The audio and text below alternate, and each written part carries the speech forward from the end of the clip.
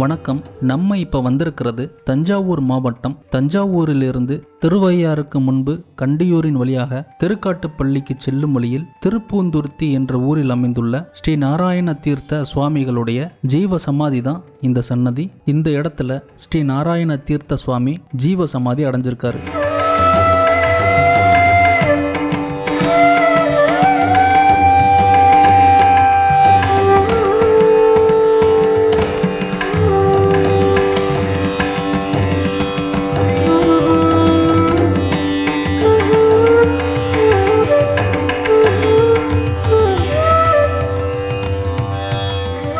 நாராயண தீர்த்தர் ஆந்திர மாநிலமான குண்டூர் மாவட்டம் வில்லத்தூர் என்ற கிராமத்துல பிறந்திருக்காரு. இவருடைய இயற்பெயரு கோவிந்த சாஸ்திரலு. ஆந்திர மாநிலத்தில் வளர்ந்து பின்பு தமிழ்நாட்டிற்கு இடம்பெயர்ந்து வந்திருக்காரு. அப்படி நாராயண தீர்த்தர் தமிழ்நாட்டில் தஞ்சாவூரை நோக்கி இடம்பெயர்ந்திருக்காரு. இவர் தஞ்சாவூரில் உள்ள காவேரி தென்கரையில் திருப்பூந்துருத்தி என்ற இந்த ஊரில் சில காலம் தங்கியிருந்திருக்காரு. அதுக்கப்புறம் வரகூரில் உள்ள வெங்கடேச பெருமானின் அருளால் ஞானோதயமாக கவரப்பட்டு அதுக்கப்புறம் இந்த இடத்திலேயே அவர் ஜீவ சமாதியும் அடைஞ்சிருக்காரு.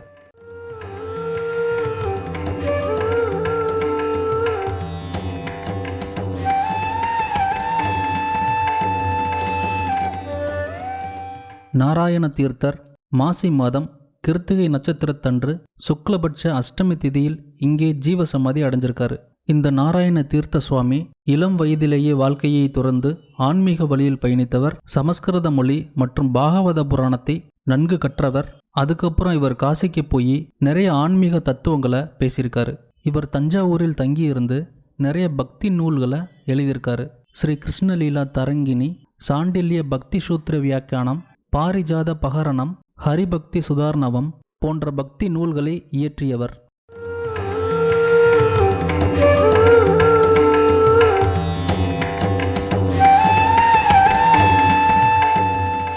நாராயண தீர்த்த சுவாமிக்கு வருடா வருடம் மாசி மாதம் கிருத்திகை நட்சத்திரத்தில் குருபூஜையை முன்னிட்டு 3 அல்லது 7 நாட்களுக்கு திருவிழாவாக கொண்டாடப்படுது.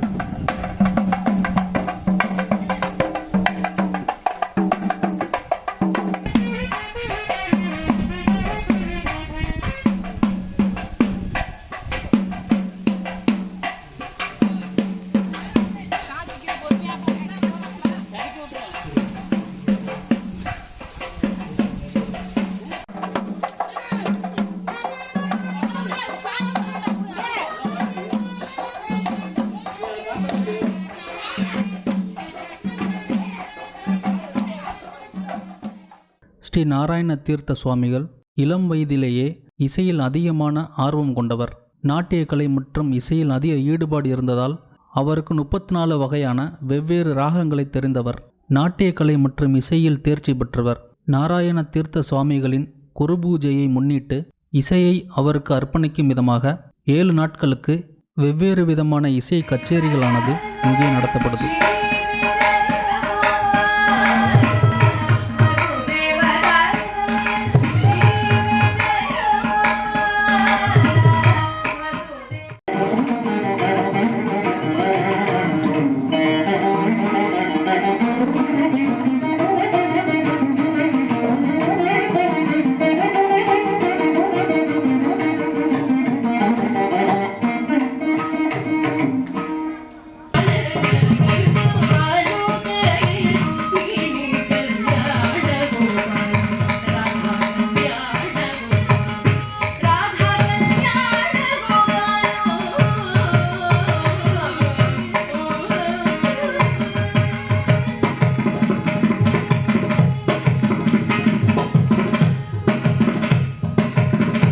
ஸ்ரீ நாராயண தீர்த்த சுவாமிகளுடைய ஜீவ சமாதியில் வழிபடும் பொழுது அவருடைய தன்மையின் ஆசீர்வாதம் என்பது நமக்கு கிடைக்கப்பெறுது.